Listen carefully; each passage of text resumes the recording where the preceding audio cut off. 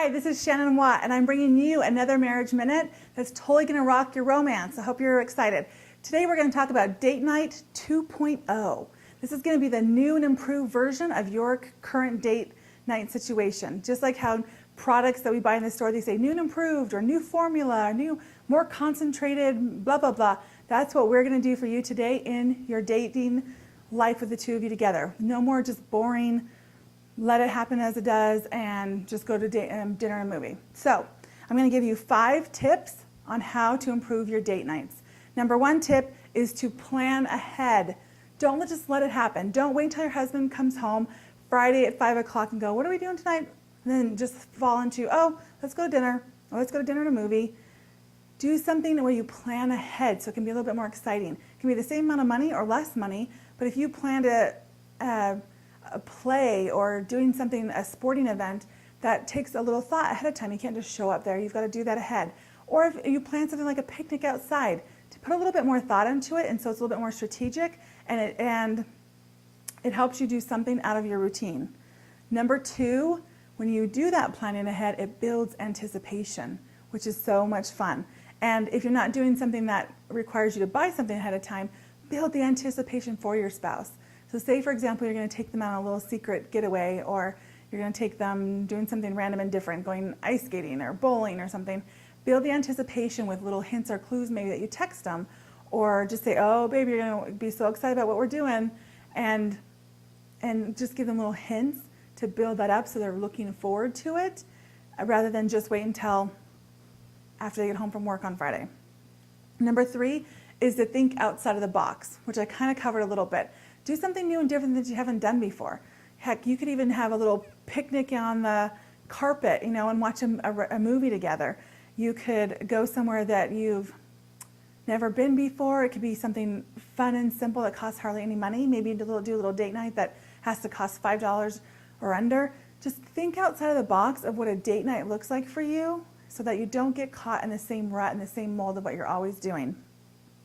Number 4, big tip.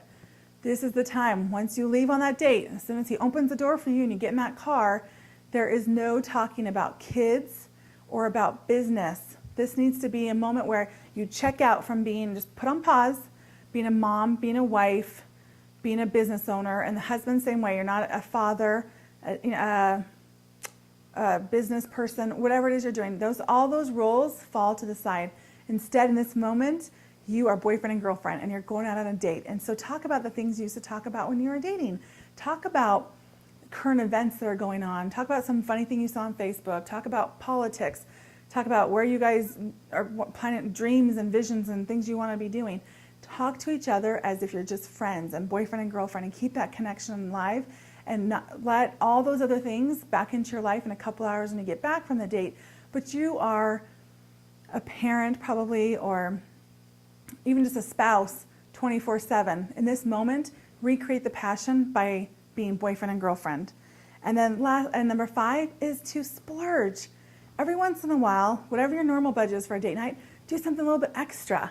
Go stay, it could be staying at a fancy hotel, or it could be going to a nicer restaurant, or it could be that you guys go on a little shopping spree. Whatever it is that's a little bit different. Maybe right now you guys, the little splurge can be something like, normally we share a dessert at dinner, this time we're going to get our own. Or maybe we don't ever buy a drink and we get water, but this time we're going to get some exotic, fruity drink or something.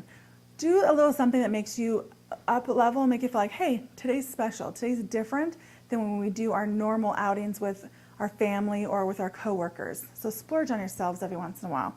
And my last bonus tip, this is number 6, I'm just throwing here as a little tip, is to write out a list of really fun dates that you guys can think of together, like brainstorm them, get together. That could be a date right there. You guys get together and brainstorm all the funny, cool, imaginative ideas you'd like to do on a date. Put them on a list.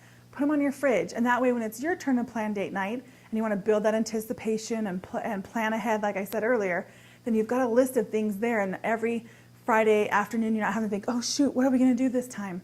You've already got a list. Pick something that's appropriate and go do it. This will take a lot of the stress out of date night, make it more strategic and planned out, will make it more fun, and make it more memorable afterwards. So that's my dating tip for you on how to up-level your versions of date nights and increase the romance and friendship in your own marriage. So this is Shannon Watt reminding you, you're responsible for you, play full out in your marriage, and always make it a safe place in your own business of marriage.